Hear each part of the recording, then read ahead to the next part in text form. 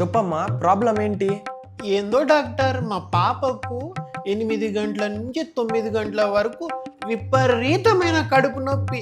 అవన్నీ 10-10:30 అట్లా 2 గంటల తర్వాత సడన్ గా కడుపు నొప్పి ఆగిపోతుంది.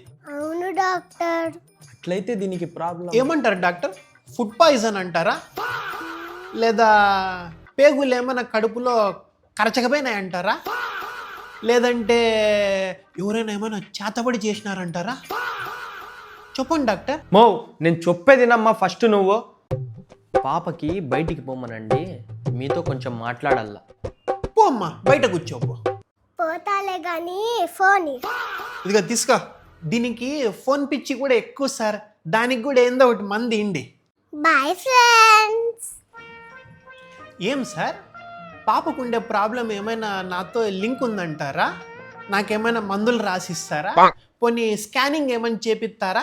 అయ్యో అదంతా కాదులేమ్మా, నేను ఒకటి చెప్తా, అది చెయ్యి. The next day.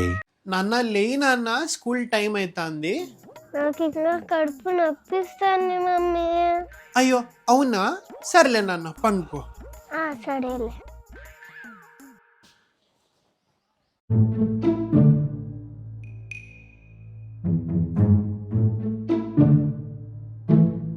ఏం నాన్న, ఇప్పుడు తగ్గిందమ్మా బుజ్జులు?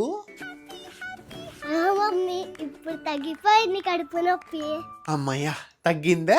Very good very good. లేయి నాన్న, లేచి ఫ్రెష్ అప్ అయ్యి స్కూల్కి రెడీ కాపో. స్కూల్ బస్ వెళ్ళిపోయింటది కదా మమ్మీ, ఇప్పుడు ఎట్లా పోయేది? టైం చూడక్కడ. నీకేమన్నా మెంటలా? అవునమ్మా, నీకి మెంటలే.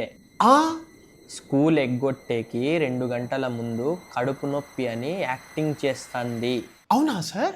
నువ్వు ఏం చేస్తావంటే మీ ఇంట్లో ఉన్న వాచ్కి 2 గంటల టైం ముందు సెట్ చెయ్యి, మీ పాప సెట్ అయిపోతుంది. కూల్ అంటే ఇప్పుడు రియల్ లైఫ్ వస్తుంది చూడే నీకి.